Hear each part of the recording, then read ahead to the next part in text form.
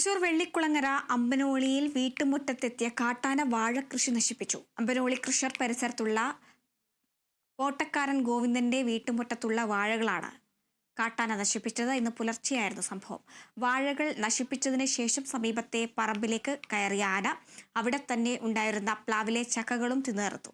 അമ്പനോളി പ്രദേശത്ത് കാട്ടാന ശല്യമുണ്ടെങ്കിലും വീട്ടുകൾക്ക് തൊട്ടടുത്തേക്കുള്ളവരെ ആന എത്തിയതോടെ പ്രദേശവാസികൾ കടുത്ത ഭീതിയിലാണ്. വനംവകുപ്പ് കാര്യക്ഷമമായി ഇടപെടണമെന്നാണ് പ്രദേശവാസികളുടെ ആവശ്യം. ഇവിടെ ആനയുടെ ശല്യം കൊണ്ട് ഇവിടെ കിടക്കാൻ പറ്റണില്ല. എൻ്റെ വീടിൻ്റെ മുറ്റത്ത് വന്നിട്ടാണ് ഇന്നലെ ആന വന്ന് വാഴകളൊക്കെ നശിപ്പിച്ചിരിക്കുന്നത്.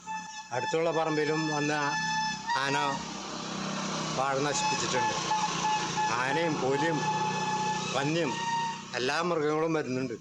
ഇതിനൊരു പരിഹാരം എന്താണെന്ന് വെച്ചാൽ ഇതിൻ്റെ അധികാരികൾ കാണണം.